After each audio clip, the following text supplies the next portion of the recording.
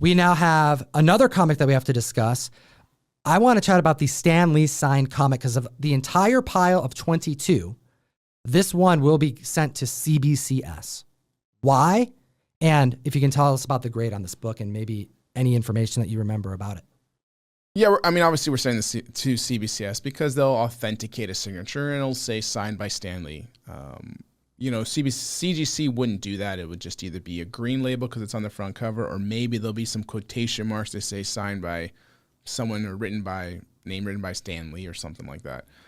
But I think they actually put on there like the name Stan Lee is written on the cover. Yeah, something like along in those Sharpie, lines. As if anyone can do it. Yeah, I mean, I would give this book's grade probably around a 3.5. Solid, nice looking book. Just got a couple little issues here and there. I think it's cool that Stan did his signature actually on the trade dress, because anywhere else it would take away from this cover. I don't mind the trade dress having letters written over it, especially from Stan the Man. I think it's a really cool collectible. Yeah, and it has the little ticket on the back too. Stan Lee autograph pass. There it is. It says, redeem this pass for one autograph from Stan Lee during his Saturday and Sunday appearance. So cool. Mm-hmm. Wow. I like that. Someone waited in line to get this done. Yeah, I'll probably just keep that. I mean, there's no point submitting it with it. So just keep this with myself and send the book away. Yeah, CGC, they have a program where they will do signature graded books, but they have to witness it. It's a CGC witness program.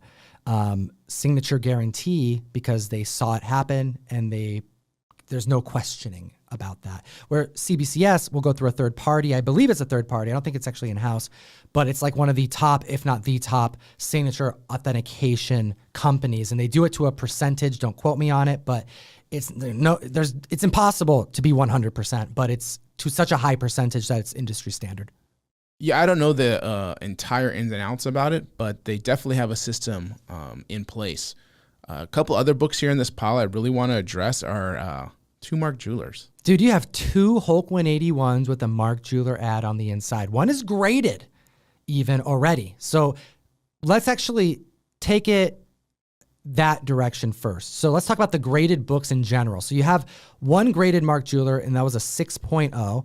And then what are the other graded copies that you have? Because I think you mentioned you're going to crack all these and try to get the grade bump. Yeah, and then I have an additional 6.0 as well here, and an 8.5.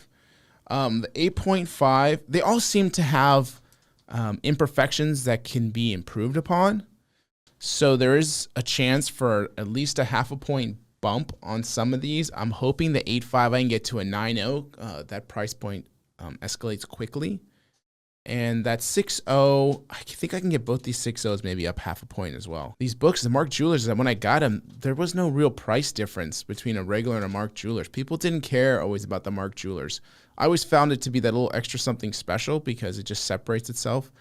So I'm glad to have them. Even in 6.0s, they don't seem to trade hands that often. Yeah, Russ the Comic Sensei, Mill Geek Comics, he's the one who I kind of credit introducing me to the value of these types of collectibles. It was never sold to me as this is for sure worth more. It was always high grade is going to be way easier to sell because to the right buyer, they're looking for that. However, they're not traditionally more valuable, but keep your Whitmans, look for your Mark Jewelers, and we'll joke about newsstands being worth more, but it was never really part of a deal we ever did together where it's like, hey, I'm selling you newsstands, so now there has to be a inflation. Like, no, or price hike, rather. But Mark Jewelers, indeed, there have been a growing amount of collectors who have been hunting for Mark Jewelers for quite a long time, seeking these out well before the rest of the pack. And I'll tell you, looking at a book from the above angle like this and seeing that line down the spine, because that's how you can tell you have a Mark Jewelers. I can see a blue ad because it's two pieces of like thick paper, different than the actual comic book paper, and it's folded. So that's what gives it that extra thickness, and you can see it from afar. This book is thicker than a standard Hulk 181. And when you see that, especially in a key, it gives you a level of excitement when you've dealt with them in the past to know, oh, you got something special, like under 5% of the run. And the fact that it even exists is a thing, that it's complete is a whole other thing, and that it was a key, hot damn. Starting the auction off at $1 for 1 minute, like we always do.